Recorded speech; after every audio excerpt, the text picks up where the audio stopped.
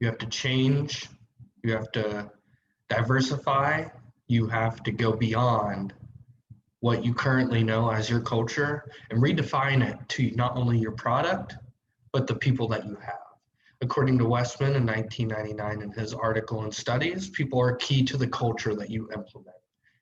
So you cannot have a corrective culture and you cannot have a positive culture if those people within your organization are not communicating, are not relying on each other, and are not taking the time to get to know each other. You have to understand that this cultural change is not instant. You will not wake up one day and just understand that we are the perfect organization. It's going to be little bits each and every day that you get from the people you communicate with. So understanding your people, listening to your people, and letting them enact their own personal culture changes is going to be key to this. And going beyond being the change setter, you have to embody exactly what you believe the change is and exactly what you believe the change should be within your own personal interaction.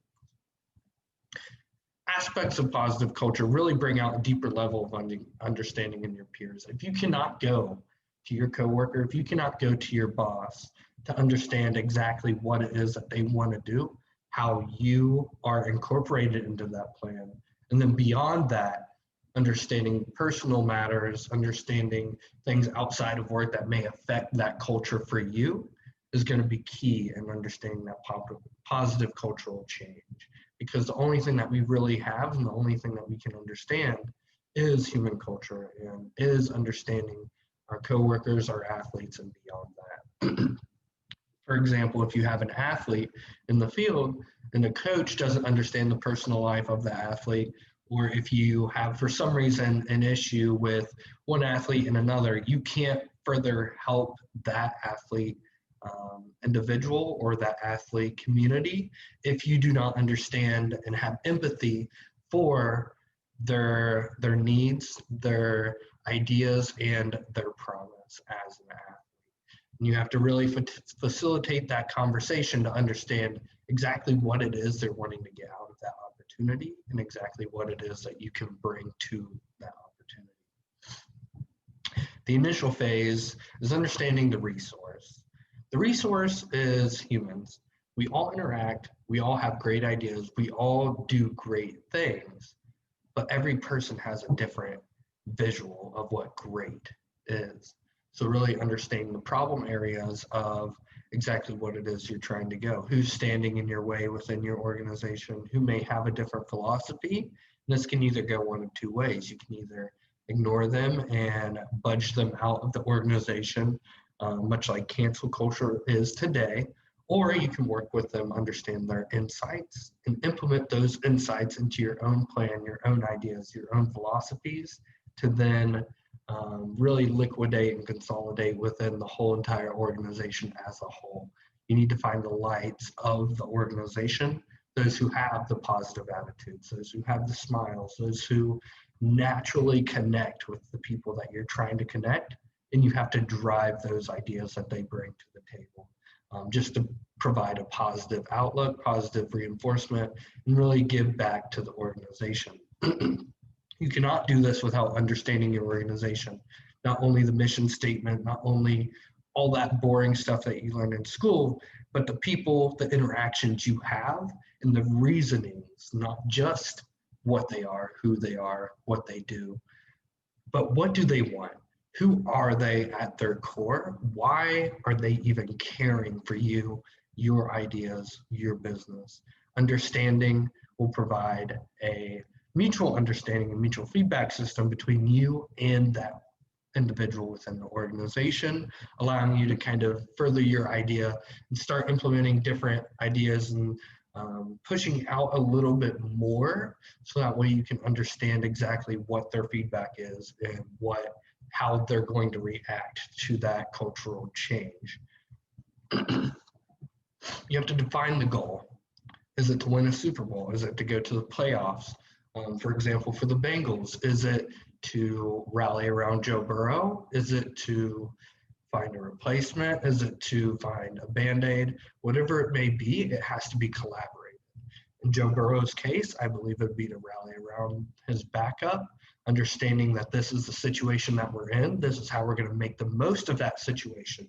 Then taking the individuals, because humans are the key, taking the individuals, empowering them, investing in them, investing in Brandon Allen or whoever may be the starting quarterback the next week, recognizing their faults, recognizing their good ideas, their great implementation, and celebrating that. Understanding that faults aren't negative. Faults are never negative. You have to be ready to allocate resources to those faults to better bring up the individual, and through that, in a whole holistic idea approach to your organization, you bring out the chemistry within the whole entire organization. That furthers the idea of positive culture, furthers the idea of positive reinforcement, and furthers the idea that each individual makes an impact rather than the organization.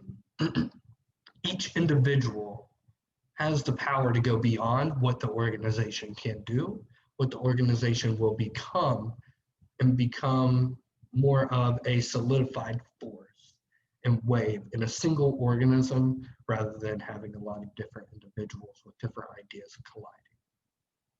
How you measure this is through checkpoints of success, understanding to get to the playoffs, we need 5 wins. Okay, celebrate, recognize. We need 6 wins, celebrate, recognize. Oh, now we're at 12 wins. We made the playoffs. Recognize, celebrate, prepare. You have to have that recognition. Once that recognition is well deserved, it is more sought after by the individuals of which you work with. Really sinking in and solidifying the success, you have to understand that celebrations are temporary. Celebrations are in the moment. You have to control that idea of recognition. You have to completely build a culture that celebrates small cultural changes. Like we stated before, cultural change does not happen overnight. People are the key. So understanding exactly what it is that you're building towards, whether it's to be more open, for example, if social injustice is going on, is it to accept more of a coworker that does X, Y, and Z, building a program for minorities within your organization, building that competition within the different demographics to furthermore really acknowledge the steps that you're taking and the steps that the individuals, not the organization, the individuals are taking to succeed in life and further your organization to the next step. Now, to really understand this, you have to build those programs in. So whether that be a point system, not a negative point system, 12 points and you're out, that's a no-go. That creates negative culture, negative thoughts, and it's more of a punishment. Something positive, something to give them something to look forward to. So instead of 12 points, you're fired, 12 points and you get a gift card. 50 points, you get the next big account. Whatever it may be, really develop that and reward them based on what they do rather than what they don't do. Through that system, you can develop selective leadership. You can understand and really point out who is going to be the bright stars in that moving group of the organization and silently give them more opportunities to be able to instill that culture within the organization. It's to say they have to be open to it, they have to be positive, because some people are just stand back, motivate from the side.